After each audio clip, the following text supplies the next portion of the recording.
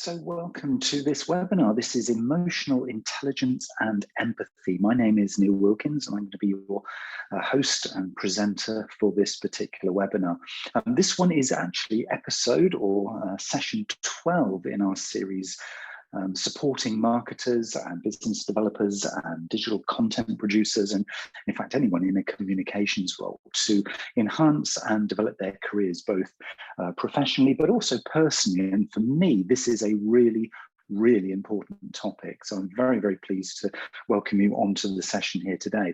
We're going to be using the chat facility as we have in the previous sessions to hopefully capture any questions that you might have as you go. So use the chat button on the menu panel that you have to post any sort of questions that you can send them to directly to Lauren, who's our host for today, or you can copy everybody else in if you send them to everyone. It's entirely up to you. And hopefully at the end of this session, we'll have a chance to cover and explore any questions or thoughts or observations that you might have. So, as I say, this is a series of really sort of interesting topics that we've been covering, everything from thought leadership and networking to communication skills, some more sort of technical skills in SME marketing, and most recently commercial thinking. And thank you to everybody who's returning back from some of these previous episodes that we've been covering. We've had a lot of really good feedback, and some very interesting questions actually sent to me by direct message from these previous sessions. So yeah, feel free to continue to connect, and if you have any questions or wish to see any recordings, either contact Lauren or myself, and we will be able to put you in touch with the right kind of content, which hopefully will help your professional and personal development, because that is the essence really of this series. But we're here today to talk about emotional intelligence, and particularly a component of emotional intelligence called empathy. And we are going to be talking about this because it is one of those things that I would call an essential skill. These kind of things that were around and about, the sort of the wrappers around the what you might call technical skills in our work, used to be called soft skills. And I really don't like that phrase because it kind of implies that they're sort of optional, and that they're not really that important, and if you want to ignore them, you can ignore them. So I like to now call some of these things essential skills, and particularly the concept and the psychology behind empathy is what I would describe as probably one of the most essential skills in business and work life today. So what is empathy? I don't tend to do too much of a long sort of winded introduction as some people do on their webinars. We tend to jump straight into some definitions to set the scene. So this one is going to be no different. We're going to start really in at the deep end with what is empathy? Well, it's a component, so it's a kind of constituent part or an ingredient of something called emotional intelligence. When people think of intelligence, they often think about how clever you are, how sort of academically qualified you are. Well, this is the other end of that spectrum. This is emotional intelligence. And it is a really profound and really important way that as human beings we interact. And empathy as a component of emotional intelligence is in itself how we respond, think and behave, both internally, but also really importantly, externally, as a result of information that we collect from our environment about other people. Okay, so being an empath is about really being present in the presence of other people and using what we sense, what we see, what we observe and what we hear to make judgments and to make decisions and to enhance the relationship that we have with that person or those other people. So it's quite a profound thing. And it is one of those things that people who are highly successful communicators, highly successful in developing relationships with peers, with colleagues, with customers, they are highly skilled at empathy. So being an empath is a really important component of effective business life. It is almost that you can't really have relationships professionally with other people without being on the scale of being an empath. And of course, it doesn't just apply to work. This will apply to your personal life as well. So everything that we talk about here and explore, all the little ideas, all the techniques, all the ways of really becoming very aware of empathy, you can apply in your personal life almost as much, if not more, as you can in your work life as well. So let's get a little bit deeper into what empathy actually is. So this is a psychological concept, okay? And in the Encyclopedia of Social Psychology, the psychologists Hodges and Myers have come up with a definition which I think needs extending, and I'll explain why that is in a moment. But their definition, so this is a formal official definition of empathy, is that it's defined as an understanding of another person's experience by imagining yourself in that person's situation. So we have a phrase here in the UK that it's putting myself into somebody else's shoes. Okay, so that is like the formal definition within social psychology, the profession of social psychology. This is what empathy is. So it's putting yourself in somebody else's shoes. Now, I think that is part of it, but I think it goes deeper than that, because you can put yourself into somebody else's shoes. You can imagine yourself in their situation and then do nothing about it. Not use that knowledge, that intelligence to actually inform some action or some behavior on your part. So I think we need to push this a little bit further, because it's all very well taking somebody else's perspective. But then if you then just jump back into habitually what you would normally do without that knowledge, then, well, what have you actually done? What value in addition are you adding to that experience or that relationship? Well, I would challenge that you probably aren't. So to me, empathy is, yes, putting yourself in those shoes, but it's also about considering how are you going to behave differently as a result of that perspective, as a result of that information or data that you've just collected. So for me, it's a very, very interesting idea that it's very behaviorally driven. Okay, and there's a lot of people who are actually using this. A lot of very successful people have kind of for themselves figured this out. So let's look at this from because I know a lot of people here on the session today are marketers. So let's look at this from a kind of a marketing perspective to start with, and then we'll expand it out a little bit. Okay, so this is the founder of Instagram, Mike Krieger, and he's of the opinion that empathy is key in the design process, and I would say of anything, product or a service or a platform or a software, especially when you start expanding outside of your comfort zone to new languages, cultures, and age groups. In other words, when we talk about being customer focused, what we must do if we are truly empathic is that we must be thinking beyond our paradigms, beyond just the way that we normally think about stuff. And let's not pay lip service to saying we're customer focused, but actually we're going to do what we want anyway. Because if we assume, and this is what Mike adds into this, if we assume what people want, we're likely to get it wrong. So empathy is not just about paying lip service to listening. It's not just about saying, hey, you know, I'm going to take your perspective, but actually really what I'm convincing myself is that I've listened and I've been customer focused or, you know, peer focused, but actually I'm going to do what I always do anyway. This is about properly committing to this thing. And when you have that information from your customer or from a peer or from your line manager or for somebody that works for you and with you, you're actually going to use it honestly, transparently, and in a valuable way to benefit the both of you. That to me is what empathy is about. It's about the action that comes from this knowledge of taking the other person's perspective. And I think that's really, really important in terms of actually making this thing happen. So we have other people who, again, in very senior, very successful kind of positions, you know, they all have a view on it. This is not just being tucked away in psychology circles, you know, where you have academics coming up with this concept. This is being used by significant people in the commercial world. CEO of Microsoft, for example, saying without empathy, it's not possible to get the best from your team. So for this reason, it is, now listen to this, the key to everything. Now, isn't that interesting when you have the CEO of Microsoft saying that empathy is the key to everything? So it's not about the technology. It's not about innovation. It's not about, you know, deep pockets of cash to buy this and to buy that.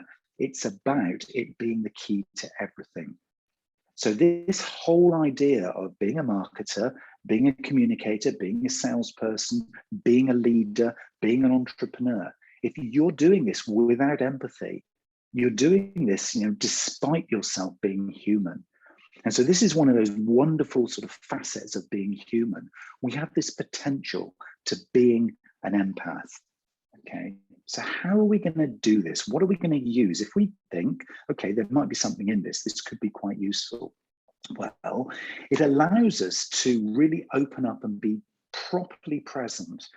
Because, I've talked in previous webinars here about being very kind of mindful, being very open to the moment and actually really paying attention and properly actively listening. Here it is coming again through loud and clear in being empathic. Empathy helps marketers, and pretty much all of us really, to break out their blind spots. This is somebody in a senior SVP role at PepsiCo. Okay, so empathy helps marketers to break out of their blind spots, open their eyes to the human side of the consumer, and flip the conversation from brand-led to people-led. So again, somebody very, very significant, very, very senior saying, look, guys, we've got to move the game on. This is not about thinking about the product, the service, the brand, the money, the cash, the sales. This is actually about being properly people-driven. So yet another successful person telling us that empathy is super important. So we should be listening to this. And empathy, if we're putting ourselves in the shoes of other people and really listening from their perspective, should, in theory, be able to inform us really, really deeply and quite profoundly about the needs and requirements and wishes and desires of that other person. So in this case, we're talking about a customer or a consumer. But of course, we can apply this to everybody we encounter, both close, but also maybe more of a distance. So this is one of the, as I say, an essential skill that really makes us grow as individuals.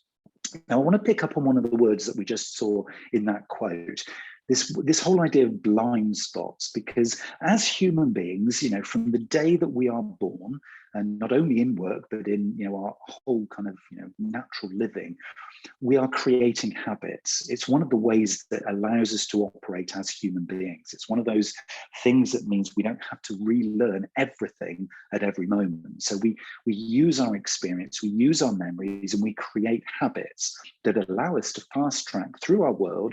Yes, we kind of might suddenly wake up and be very present if there's something new that kind of jolts us out of this kind of autopilot that we all operate in. And it's fine being in autopilot to a degree. But what happens is, as we go around our day-to-day life, being not particularly awake because we're reliant on those memories and those habits, we tend to find we fall into this kind of lull, if you like, of just assuming and just kind of presuming and just taking for granted.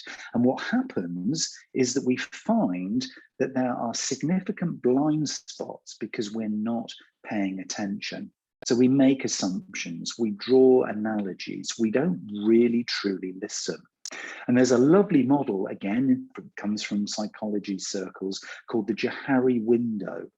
Okay, and this allows us to kind of figure out what are our blind spots. And if we were really truly listening, if we were really truly awake, could we identify some things that didn't actually realize that about other people, or I didn't realize I don't really take that seriously, or yeah, when I'm actually listening to somebody, but really what I'm doing is I'm planning what I'm going to have for tea tonight, or I'm planning, what I'm going to do this weekend. Yeah, I'm looking and I'm nodding and I'm pretending I'm listening to you, but actually I'm not really, I'm paying partial attention. Then this is where blind spot, blindness actually occurs. And the Johari window allows us to kind of just really understand that a big chunk of what we do on a day-to-day basis isn't really fully aware. We're not truly present. Empathic people who show and demonstrate empathy, are much, much smaller in their blind spot area. So, there are things that they do and things that they say and things that they feel and think that they know that they're doing, and then so they're actually actively doing it, and others know that too. And we would call that the open section of their life. There's stuff that you know, but you keep it quiet and you keep it hidden from other people. That would be kind of like a hidden part of your life.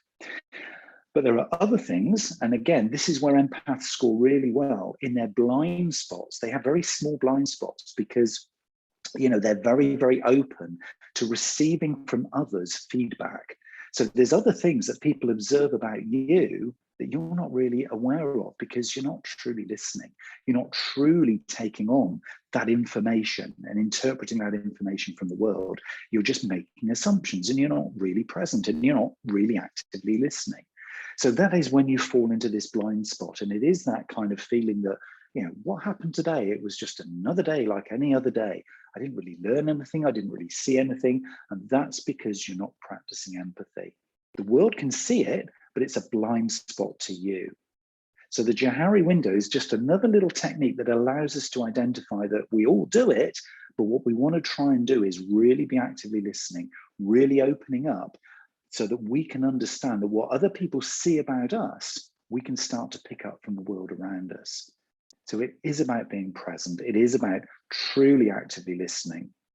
And it is about really understanding that there are a lot of people on this journey with us because, the science will tell us that, and this is a statistic from Nature Neuroscience, that only about 1 to 2% of the overall population are true empaths, people who truly put themselves into other people's shoes and actually then act on what they see and hear.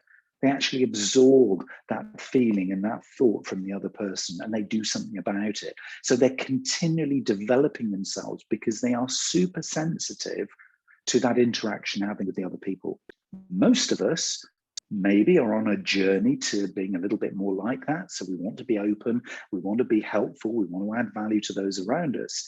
But we're not true empaths because we're a little bit closed. We might have barriers that we put up. We don't really truly want to step into the other person's shoes because we're too busy. So we're all on this kind of journey, and a very, very small number of people are actually very, very skilled at this.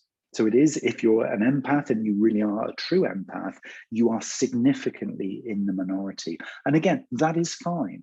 There's, as with all these things, there are pros and cons to this, okay? And there is science behind this. The more you do sort of research into this, what you'll find is that there's a lot of science behind the way that we are kind of programmed as individuals to kind of almost shut ourselves off to being an empath because there is a drain on us. For some people who are true empaths, in other words, they take on the energy, the emotions, the feelings, and they really do take it on and they embody that from others. It is actually a drain. It is actually quite an all-consuming thing. So we have to tread carefully on this journey. This is not something that I'm advocating and saying, you've got to move now from not being an empath in any shape or form to being suddenly fully loaded as an empath. There's a balance to strike here, and that's really what I want to explore now, is kind of, well, both what you can do, but also how far you should take this, okay? But the key thing about this, and then let's get this one thing really, really straight, being an empath doesn't necessarily mean you have to be all smiley, you have to make people happy, you have to be consistently nice, and I'm going to use that word. Sometimes when you actually work with this whole concept of empathy, you might consciously choose to ignore what you take on and what you feel and what you sense about another person. So their perspective you might disagree with, and that is fine. Being an empath doesn't mean you have to agree. Being an empath is actually taking that information, interpreting it, and then figuring out how you're going to use it. You might purposely ignore this information because it doesn't serve the situation or the other person or you. If you're being conscious, being really appropriate and very aware of how you're dealing with this information, then that is being an empath, okay? So being an empath is not that you have to take on everybody else's crap, okay? That is not what this is about. It's about listening, it's about observing, it's about feeling and sensing, maybe adding a little bit of a sort of intuitive, a kind of like a gut feel kind of interpretation to what you take in. but then actually treating that data, let's call it data for a moment, treating it in a neutral way. Because the more you can be objective about what you sense and what you bring in, the more value you can add to what you're going to do with that knowledge. Okay, because useful empaths will use that data and that information in a neutral sense. So they'll take a little bit on, maybe, but what they'll do is they'll use it in a really useful sense to craft better tactics, to inspire loyalty, to be more clear in their communication, to make better plans, to put the right people in the right roles, to kind of just help the environment around them. So being an empath in business doesn't mean that you're just one of these kind of woolly people who are just going to sit there and smile and just, oh yes, come and talk to me about, sort of love and this, that, and the other. That's not what this is about. Some people fall into that trap of thinking that is it, but it isn't. It's a neutral data science, okay, that gives you and empowers you with the opportunity to make good decisions for you and the other person. And that is really, really important. So why is this really important? So let's get down to the real kind of nuts and bolts of why this is important, in business. So you could be in a very, very junior role and you have a number of people around you that you need to influence and work with. You have a line manager, maybe you're being asked to present to others in the organization. This is important to you. Okay, if you're in a leadership role or you're the chief exec or you're setting up a new business, this is also important to you. It doesn't matter the level of experience that you have or the role that you're performing. Empathy is essential in business, period. Okay. So the 4 things I want you to start thinking about if you think that this is something that might add some value to the awareness that you have on a moment-to-moment basis in work, then the first thing is to think about empathy is essential because it will help you to establish a genuine and authentic, that's a key word, connection with those around you. Okay, by taking on this knowledge and this information, this data that we're talking about, it potentially does, because you're paying super attention to those around you, it potentially offers up the opportunity for you to be manipulative, for you to use it in a non-authentic way. So what I'm encouraging you to do for everybody's benefit, including your own, is to use this in an authentic way. So you're doing this for everybody's higher good, okay? You're adding value for everybody in a win-win perspective.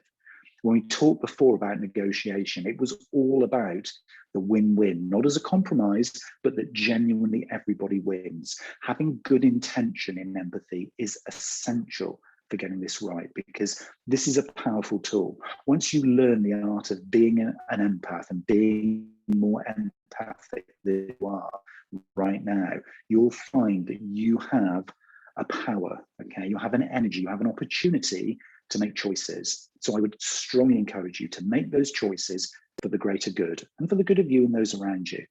Don't, whatever you try and do, use this for manipulation. That is not a fair and reasonable way of using this extra power that you're going to gain. Number 2 is that it helps you to find a balance between different points of view. As that quote that we heard earlier said, you cannot do effective marketing, communications, sales, negotiation, all those things without actually really truly balancing different points of view.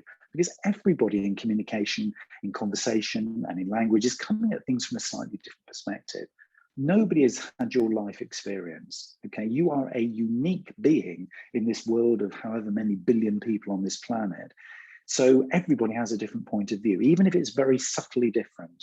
So finding a balance between those different points of view without judgment and actually welcoming that different point of view is a surefire way of becoming more empathic. Just having that curiosity and just using the listening power and those skills that you have to really kind of open up, well, what can I learn from this person? And of course, that in itself will be number 3, which is deepening these professional relationships. You'll know if you've listened to me before, I love the phrase professional intimacy. That's what we're looking for here. We're looking to become more intimate in our conversations and relationships, because by doing those deeper dives into what's really in it for the other person, what is really in it for me, can we meet in this kind of this sweet spot in between us and actually both get a win out of this? If we can, that is a surefire way of deepening that professional relationship. And also number 4, it gives us an opportunity to more effectively negotiate and influence. Always, always, always with good intention, as we say, but the words more effectively. You'll do this stuff. If you are empathic, you will do this stuff more quickly, more efficiently, and it will become one of those day-to-day habits, those moment-to-moment habits that just make it a nicer place to be, both for you and those around you. So when you're going into work, you think, oh, here we go, it's another day in the office, or it's another day on the screen. If you're an empath, you will never be feeling that again, because you will see every interaction that you have as an opportunity to learn, as an opportunity to develop, as an opportunity to expand both you and the other person, just from an empathic relationship and an empathic connection and interaction.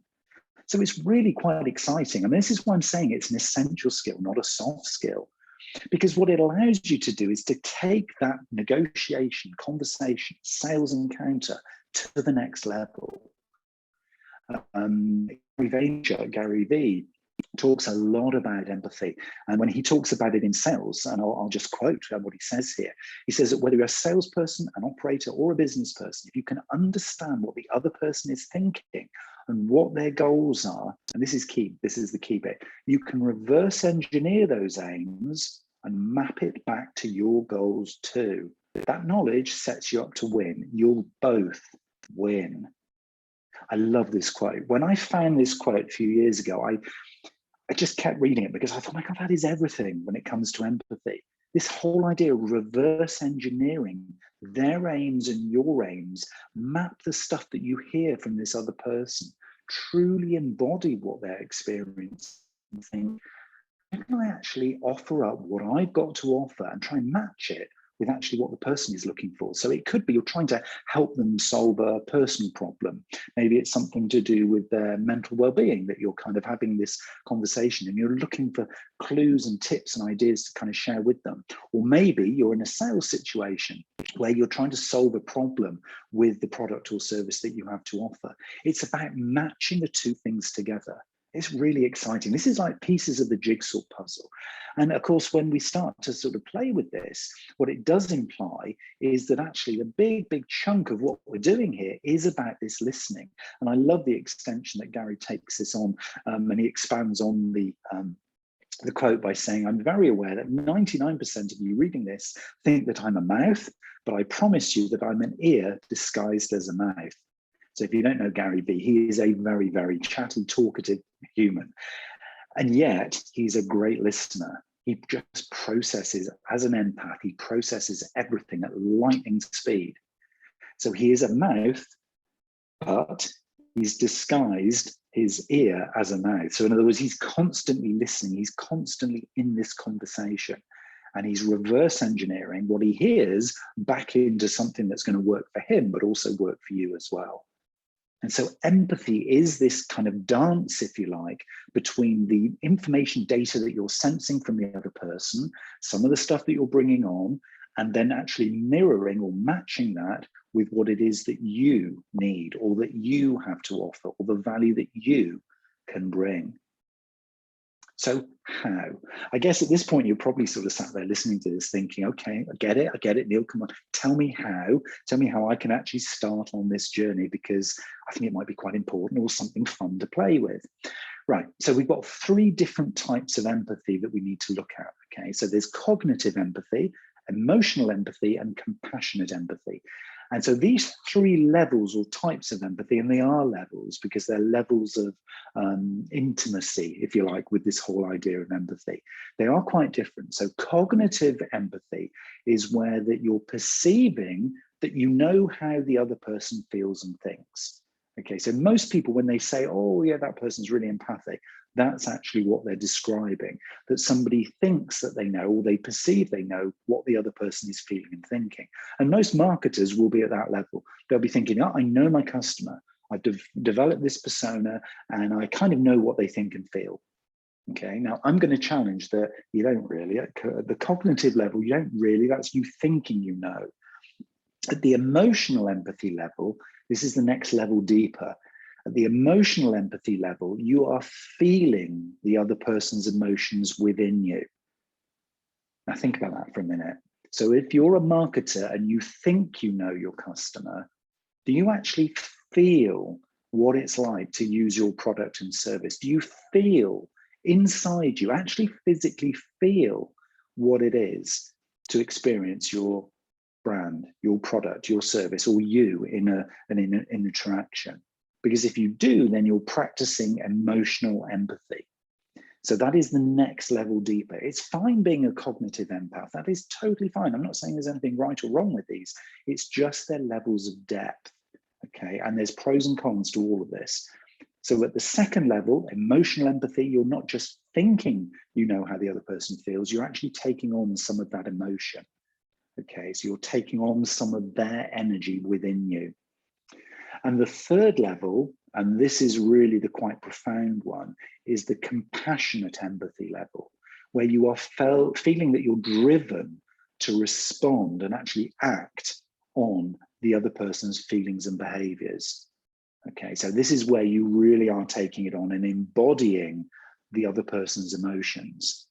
Now, when we talked about the empaths at the kind of true empath at the 1 or 2% level, they are going to be compassionate empaths. In other words, they are fully embodying and acting upon and actually really feeling some of the stress, some of the angst, some of the anxiety, some of the pain of the other person, not just thinking, oh, that must be difficult for you, but they're actually physically embodying it. And that can come out in symptoms and even dis-ease. There's an interesting word there, which I'll cover another time in another webinar, but disease, the manifestation of dis-ease. In other words, an imbalance of the energy that you're picking up from somebody else. At the level of compassionate empathy, this is a hugely powerful thing because the other person is going to know that you get it. They're going to know that you really are feeling it too, because you're driven to behave and feel as they are. But of course, very clearly, for a lot of us who are not at that level, we will very quickly understand that there are pros and cons of that. So at the cognitive level, being an empath is you can step into their shoes, but there's no energy drain on yourself. You can distance yourself a little bit naturally. So this is what most marketers will do. They'll say, yeah, I can see our products and brands from the customer's perspective. Yeah, I can see that. Yeah, this is how it would look. And they think that's enough. And maybe it is. You've got to make that judgment call and that decision. At the emotional level, because it's a deeper level of interaction, an emotional empath will find that there's a potential energy drain on them. In other words, they came into the conversation, which was a very difficult conversation with a member of staff or a colleague who was having some really tough times right now, and they leave that conversation feeling a little bit drained. Now, it could be drained in a positive way, but more likely or not, it's going to be drained in a negative or challenging way. And that you're going to have to learn to deal with. You're going to have to get some coping strategies to be able to do that. At a compassionate empath level, things happen and change, okay? It's a great way of making a difference to somebody. If you can truly take away some of their pain because you do embody it, but know at the same time, because you did that, they are going to potentially become a little bit of what we might term, and this is a popular phrase right now, and you hear this a lot, energy vampires. In other words, they see you as a crutch. They see you as somebody, oh, I can just go and talk to Neil because he's always there, he'll always listen to me, and oh, I feel so much better afterwards. But what's actually happening there? Because if you're a compassionate empath, they're downloading their energy and their angst and their anxiety onto you. And so you're absorbing it, and they are literally using you as a drain for their negativity. So there is a challenge here to be able to manage this situation. And for some of us, we do have challenging colleagues and we do have challenging people in our worlds. We just need to be conscious and aware at all times of how deep and of how far and of how intimate we are willing to go. So based on where you are, and everybody listening to us, all of us here on this session here today, are going to be at different levels. It's not about it's right or wrong to be at any of these levels. You just need to be aware that these levels exist. So if you're in a conversation or in an encounter, that you're just aware how you're looking to play this, where you're looking to go with this, how much kind of personal protection or barriers or things you want to put in place to be able to protect yourself, to be able to add value. Don't push it too far. you'll get drained. Don't do it too light, otherwise you won't be adding value. So it is about playing with it, being super present, really listening, and being conscious of those decisions and those balances that you do. And just be careful if you do decide to go down that whole compassionate route and really open yourself up to be that super compassionate empath. Be careful not to fuel any biases. You know, we talk a lot about subconscious bias, and actually fueling some of the judgments that we make, even subconsciously as individuals. What we don't want to be doing here is kind of taking our eye off the prize, taking our eye off the game, and losing our objectivity. Be very, very careful to be conscious about, we've got some objective aims to solve here. We've got some challenges to deal with. It's not just about us individually solving it. We might need to go for professional help or get somebody who technically knows, or, you know, we might need to get some sort of medical intervention if this is a health and well-being thing. So be careful not to overdo it. There is a danger here that you can get really swept away with this and feel really excited that you're, you know, solving everybody's problems. Just be careful. Okay, where you need to call in an expert, call in an expert. So for most of us, we're going to go with what we might term empathy light. Okay, so as a manager or a leader or somebody who wants to become more effective in their work, we can take on the idea, and Brené Brown, if you've come across Brené's work, she is an incredible person who talks a lot about empathy and vulnerability. And vulnerability is one of those concepts at work that is still, it's kind of on the periphery. It's not really fully embraced because vulnerability is often seen as a weakness. It is a hugely powerful empathic skill. Okay, so if you're interested in this topic and you want to read more, go and have a look at Brené Brown's work and search Brené Brown vulnerability, because it will open up your eyes to a whole different way of interacting at work. But Brené says that empathy is simply listening, holding space, withholding judgment, emotionally connecting, and communicating that incredibly healing message of you are not alone. Okay, so from Brené's perspective, it is literally just about saying, I'm here for you.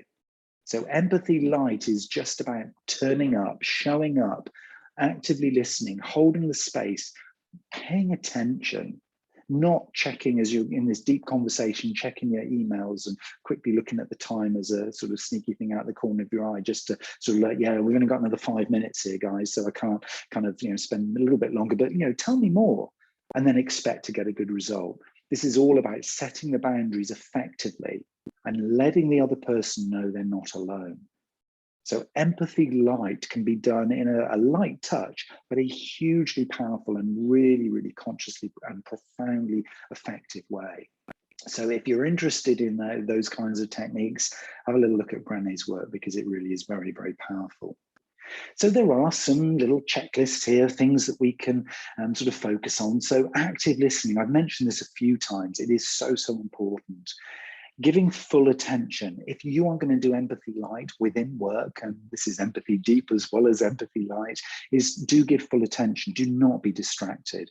You know, even if it's only 10 minutes, if it's 10 minutes of quality time, this is what you would do in a sales situation. You would have all eyes, all ears, all attention on your customer. Well, you've got to do this actually with peers as well, all colleagues, all the people who work for you. So be present. Okay, block this time out and make sure this is focused, positive time. And give constructive feedback. I've used in the last few moments, I've used the word objective quite a few times. Being empathic is not about being subjective, okay? It is about staying in the objective. In other words, it is about constructive feedback. Yes, you can nod, and yes, you can sympathize to a point with the other person, but it's not all about agreeing and falling into the place where they might be. Because if the both of you are going to have to try and get out of this same hole, that is going to be a challenge. So try and maintain a natural and healthy distance to the person, physical distance, but also emotional distance. You need to get close enough to them so that they feel that you are there and paying attention and in the conversation, but far enough away just so that you can kind of keep that objectivity and appear responsive. eye contact, all the stuff that we talked about in communication and negotiation. It's about the eye contact. It's about the paying attention. And it is also about, and I think this is the big one for me, and I always have this in my top 3 tips right at the end for this, is it's about paraphrasing. Okay, don't just sit there silently nodding the whole way through. Make sure if you are using empathy in an encounter with somebody else, and it's a deep, important conversation, make sure that not only are you appearing responsive, but that you're paraphrasing what the other person is saying. In other words, you're repeating back to them some of the key points, just so that you get clarity and you get confirmation back that you have heard correctly, because of course it's all about perception, but also the other person gets the opportunity to understand that, yeah, this person's still on my side. They're listening. They really do get what I'm saying. They're where I need to be. Yes, they're actually still paying attention. So paraphrasing, just reconfirming the stuff that they're saying is really, really important. And as you develop this as part of the whole kind of emotional intelligence thing, you do need to keep your ego in check, okay, to start this thing off. This is about removing judgment, okay, because you don't really have any idea what's going on in this other person's life, not really. You know, there'll be stuff in their Johari window that they wanting to keep hidden. They will have blind spots, much as you do. And there'll be stuff that's unknown that neither of you are aware of. We just know that. That is what's being human. And so by accepting that you're not going to judge here, you're not going to load this with, well, I think you should do this, and I think you should do that, because in my experience, etc., etc. That is not what this is about. This is about scanning and sorting large amounts of data or information, figuring out actually as you're listening, well, what is noise? What is actually, can we cut through to the real chase here? Can we cut through to the truth? And then can we slowly but surely start to strike a balance and focus in on that? Because once you open up as an empath to somebody else, there's a lot of storytelling that's going to happen. There's a lot of interpretation, a lot of baggage, a lot of threads and connections to the past that might not be serving the current situation are going to emerge. And this will happen at a light level, but also sometimes a profoundly deep level. So part of your role here is about practicing self-awareness. How am I feeling about what this person's saying? How am I going to balance this? Can I cut through to actually what is going on here? Will they share with me if I truly listen and I'm really, really present? Can I actually find out really what's going on? Can I, sift out from this chaos of this seeming chaos of this situation? Can I sort out what is actually essential information? And if I can do that and practice that over time, well, maybe, just maybe, I'm going to be able to add a little bit of value in terms of the feedback that I give. Not that as an empath, I've got to have all the answers. It's not what this is about. This is not about you knowing everything about everything, but it's about just replaying, just being that mirror, just being that kind of sounding board, if you like, so the other person is able to maybe just align some of their thinking. It may be a slightly less subjective, less kind of baggage heavy way. You will have done your job if you can get them through that to that point. And one of the other little techniques that you can use as well, and if this does sound of interest and you are having maybe challenging conversations at work, or you're trying to sort of coach somebody through a situation that they're in, one of the things that you can use is cognitive behavioral theory, CBT. You might have heard of this before. If you haven't, do recommend that you go and have a little bit of a search on this one. This is helping people out of unhelpful repetitive loops, because again, as human beings, it's all about the habits that we're in. And typically when somebody is in an unhelpful loop, they're kind of locked in. So they're thinking about something and that makes them feel something, and then they behave in a specific way because of those feelings and thoughts. And then because they behave that way, they think about the same thing again, and it makes them feel the same way. So they're kind of locked into this thoughts, feelings, behaviors loop. And often, and we all do it, I'm not saying I never get locked in, we all do. This is kind of the way we're programmed, and it's a simple technique, but it's a really, really quite interesting one. If you can help somebody out, either by focusing on what they're thinking, or focusing on what they're feeling, or focus on how they're behaving as a result of those things, if they could just find a little way of changing one of those things, the loop is broken. Okay, so if you can get somebody to kind of react in a slightly different way, and this is why things like If somebody's feeling very anxious, often if you can get them to slow down and breathe deeply, that might change the behavior that knocks them out of that thoughts, feelings, behaviors loop. Or if they're constantly thinking about that same person and that same situation, if you can get them to reframe that thinking, they'll feel differently about it, and then they'll behave and react bodily in a different way. Or if they're kind of feeling in a certain way, can you change that feeling? Can you just get them to, again, reframe how they're feeling about that other person or that situation?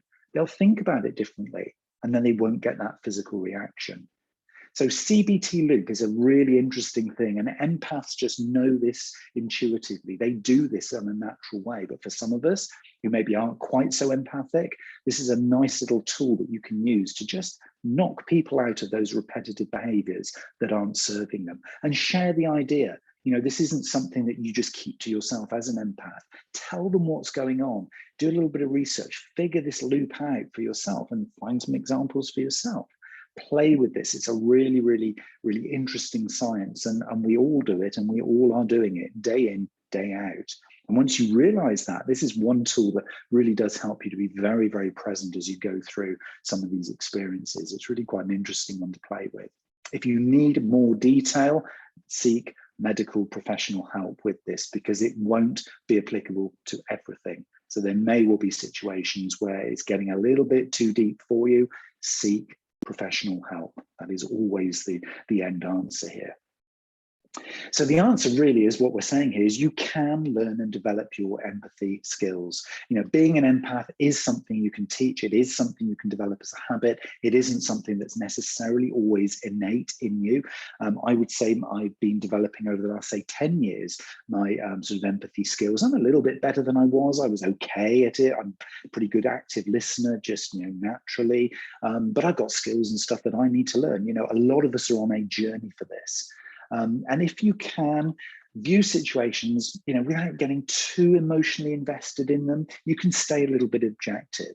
If you can make sure that you're balancing empathy, but objectively, so results are met, then it's not going to overburden both their and your well-being. It will help you to establish, you know, rapport with colleagues. You know, you are going to see profound differences in those relationships and the way that you kind of interact with others. People would think, that person, they give time to me. It's like, I really enjoy spending time with them. I want to go for a coffee with that person. It's really great. We always come up with amazing ideas. They're just sort of really, really good. They don't judge me. You know, they don't kind of sort of preload it, and they always listen. This is how people are going to start responding to you, even if you do that empathy light approach.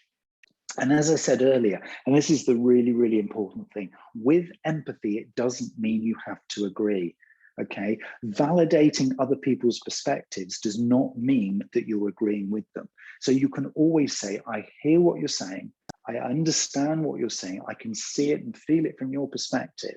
However, from my perspective, it looks a little bit like this. Should we talk about this?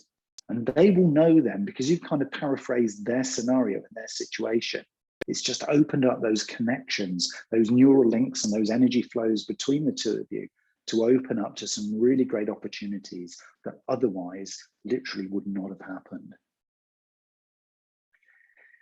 And very successful business leaders really are doing this. I was reading around this topic just prior to the webinar to see if I could find some really nice examples to share with you. And there's a Forbes contributor, Prudy Gergachon, who's actually written some amazing articles on the Forbes.com website around the topic of empathy. And I just wanted to share one with you. If you're sat there thinking, this all feels like too big an investment of my time, I've got a load of other stuff I want to do. To me, this was a lovely quote, a really nice piece of, you know, sort of wise advice that I thought I'd share with you. And so Prudy says, very successful business leaders are often extremely fast information processors. With my clients who do not suffer fools gladly, I recommend taking a moment to deploy a bit of empathy. What's behind a colleague's wish to propose what immediately looks like a dumb idea? Follow with an empathic comment along the lines of, I can see why you got excited about that because it's an important issue. But unfortunately, it would raise compliance problems, so we can't pursue that route. And so Prudie says a 90-second investment of time can prevent the employees feeling humiliated and disaffected in the long term. So think about the investment there, being empathic to how the other person is feeling when they come up with an idea, and not just shooting it down because you haven't got time or there aren't the resources for it, or, oh my goodness, there's another idea from that person. Embracing the idea and giving them a really well thought through 90-second answer shows empathy. It shows that you value that person's contribution, even though the answer is a definite no. And I just love that way of using empathy light to actually help people to understand the part that they're going to play in the organization and working with you. And also just how much you value their ideas and their inputs. So you could use this in a very short, punchy way if you're managing a project or a campaign, or you've got to get people engaged on a particular activity with a customer, whatever it happens to be. Even though they might seem like a crazy idea, welcome the crazy idea and follow it with an empathic comment that genuinely shows, like that comment there, I can see why you got excited about that, because it's an important issue. In other words, a really empathic comment back. So figure out the kinds of things that you could put into an equivalent situation. How would you respond to somebody who comes up with some crazy idea that you know is never going to happen? But how could you reply to that person honestly and authentically to welcoming that comment or that idea, but actually go back to them with an empathic sentence rather than just, we can't do that, we haven't got the time or resource. Go back and actually reflect, yeah, I can see why you would do that. That's great. I can feel why you got excited by that. That's empathy, okay? That is the difference between shooting somebody down and actually getting somebody on side and really developing that professional intimacy. I just love that little quote, that little paragraph, because to me, that was the way to do it. So there are 7 ways you can learn and develop your empathy, but actually stop absorbing other people's emotions. In other words, put enough barriers in when you start doing this so it doesn't go too deep. If you name the feeling, figure out if somebody's coming up and trying to offload everything onto you, do those feelings belong to you or somebody else? It's the somebody else. So keep a natural, healthy distance. Make sure you're grounded. Make sure that you're sitting there in such a way that you're not there as an open channel. Be self-aware throughout. Maybe even if things are getting really heavy, and you can use this in negotiations, in presentations, visualize a glass wall between you and the other person. I like to think of it, because I'm quite introverted, or very introverted, I like to think a lot of the time I have invisible shields, as I described them, and I can bring those across whenever I need them. So you don't see them on the other side, but I know that they're there to protect me. So you might have a visualize a glass wall, you might have invisible shields, but just know that as you're developing your empathy, you need to be safe. You need to be in a safe, grounded space. But be curious, allow yourself to experiment and play with some of these ideas and some of the ways that you respond, but have strong boundaries. And if you do find yourself, subject to an emotional vampire, energy vampire, is allow yourself to release the emotion afterwards, not with the person, but elsewhere. Rationalize that conversation, really go deeply into kind of, well, what happened there? Review it, understand what happened, so that you don't then take on their emotions and their baggage for the rest of the day. That is really, really important to do. So don't just feel the empathy, use it. As we said right at the start, with putting this into action with, a marketing sense, businesses love to say that the customer's always right. And they always love to listen to the customer, but their actions need to reciprocate that statement. So get deeper into those customer relationships. Really, truly listen if you're using this for marketing. Empathy in marketing is huge. Empathy with real people is even bigger. But it's all about what you're going to do with that knowledge and information and data. It's not about just sitting in their shoes. That's really important. So listen, train your brain, really work with your team. That's a great starting point. Learn to recognize any biases or judgments that are coming through. So, be very, very present. Don't take advantage of empathy. It's always with good intention. And even in a challenging situation, don't assume the worst. There's positive in everything. Everything is yin and yang. Everything is balance. So use that knowledge, use that ability to kind of flip things and maybe challenge things in the opposite. If somebody comes at you with a very negative thing, say, well, okay, what's the inverse of that? Could we just reframe that and kind of work from there? Empathy is all about balance, and little actions, as we've seen, little comments, little ways of just playing things back can make an absolutely huge difference to how people perceive you and you as a communicator. So what are my top 3 empathy tips? Very, very simple. Smile. Instant engagement, instant opening up of those energy channels for communication. Listen actively. Don't let anything take your attention away. If you find it drifting, bring yourself back in. And really importantly, when you're in a conversation, paraphrase. So occasionally, when it's appropriate, feeding back to the person saying, can I just summarize what I think I heard you say, is a really, really strong way of demonstrating, not just being an empath, but actually demonstrating empathy. So smile, listen actively, and paraphrase.